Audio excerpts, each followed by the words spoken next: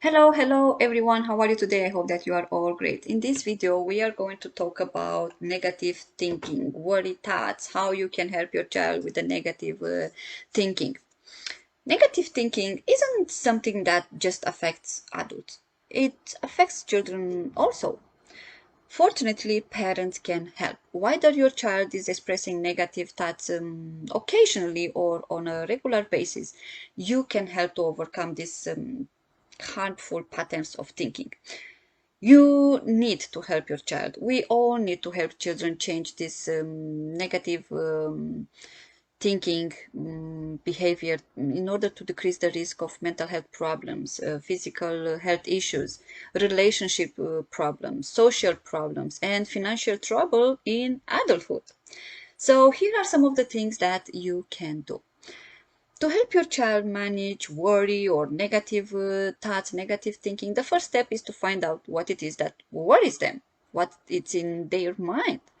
For this, you need to be available without any distraction and take an interest in what's happening on your child's life at school, on a team, and with your kids' friends.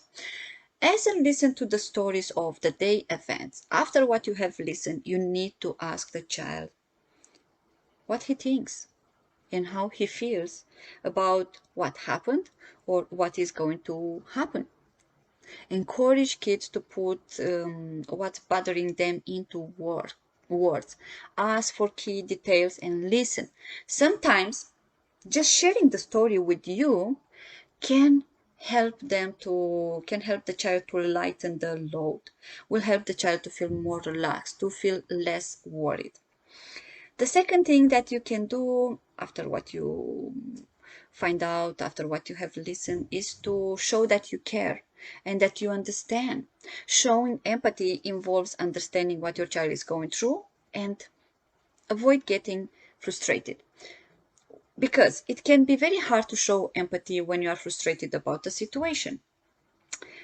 Acknowledging and valuing your child's feelings, it is a very powerful way to connect with the child. Being interested in your child's concerns shows that he is important to you and it helps the child to feel supported and understood. Say to the child that you understand his feelings and the problem, but say these words only after what you have heard all what the child has to say. Show empathy. Empathy, it is a powerful tool to help you understand what's behind behavior, what's behind the negative thought. It can help you and your child to work together as a team to handle challenges, situations as they might come up. And responding to your child with empathy, it might take some time and some practice if you haven't received this empathy when you were a child. But showing empathy, it can have a huge impact on the child and huge benefits. The next step after what you have listened and you empathize with the child is to help the child to guide the child to solution. You can help the child to reduce worries, negative thinking by helping the child learn how to deal with challenging thoughts, with challenging situations.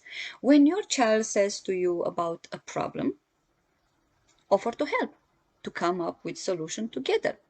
If your son, your daughter is worried about the upcoming event, it is worried about an upcoming math test, offering to help him or her with study will lessen his or her concern about it. Of course, this doesn't mean that you jump and fix the problem. No, we need to resist this urge to jump and fix the problem for children. Instead, invite the child to come up with his own ideas, with his own solutions, and then work together, find solutions together, problem solve with kids rather than for kids. If a child it is able to solve problem on his own, the child will be more happier, will be more confident and more independent. He won't feel frustrated, he won't feel that he's unable to do things on his own. This is why it is important we begin to teach children problem solving skills starting from a very young age. By leaving children to come up with ideas, with solutions, will increase confidence, will help children to learn how to handle a problem, worry thoughts, challenging thoughts on their own when you are not with your child, when we are not with them. Another thing is to help the child to become an optimistic thinker. I'm not sure where I have read or listened about this game, which I'm going to share with you, but I found it very, very helpful to help children learn how to shift negative thinking into positive thinking, to help them learn how to solve problems. An easy way to do that is through play. So, play the game, unfortunately, fortunately. Before to start the game, explain the meaning of these words, fortunately and unfortunately, to the child, just in case he is not familiar with them. So together, you and your child, come up with five sticky situations, which you write down on cards and put in a hat. So with turns, each person pulls a card and says the unfortunate situation. For example, I pick the card and I say, unfortunately, the dress I wanted to buy was sold. And now the child, the other person, has to respond with the fortunate perspective, from a fortunate perspective. But fortunately, I found another one. So you go back and forward and try to make the child to think more positively. If this will happen, then I will look for another situation, for another idea, to help them think more positively, to not get stuck in the negative situation. Another thing that you can do is to make a difference. The way you react to negative thoughts, events, and the way you express emotions, kids are more likely to react the same way. So when you are worried, when you are concerned about something, show how you approach the situation with positivity, with calm, and how you are looking for solutions instead of staying stuck with the worry. Sometimes kids need parents to show them how to let go of the worry, of the negative thoughts, rather than dwell on it. So be a good role model. The most powerful lessons we teach kids are the ones we demonstrate. Parents, we are the first teacher for our children and role models. So model positive behavior. Your responses to your own worries, stress, frustrations can go a long way towards teaching your kids how to deal with everyday challenges, how to deal with worries, how to deal with negative thoughts, negative situations. So set a good example with your reactions to problem solves and setbacks. Responding with optimism and confidence teaches kids that problems are just temporary and tomorrow is another day. Nothing it is permanently.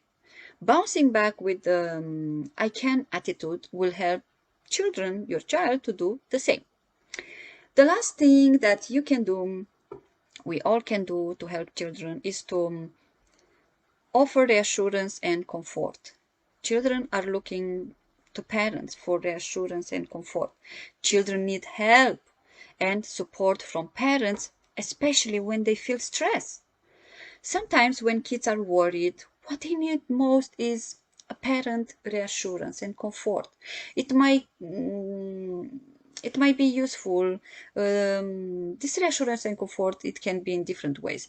Hugs, words, or even spending time together.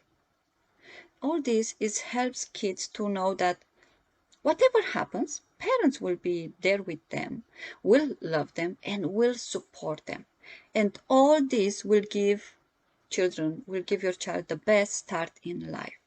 When children needs aren't met, when children don't feel safe, secure, and understood, it can affect them emotionally, mentally, and this can lead to problems at school, socially, and in their adulthood also. I hope these ideas will help you and your child. Thank you very much for watching this video. I really, really appreciate your time. Bye.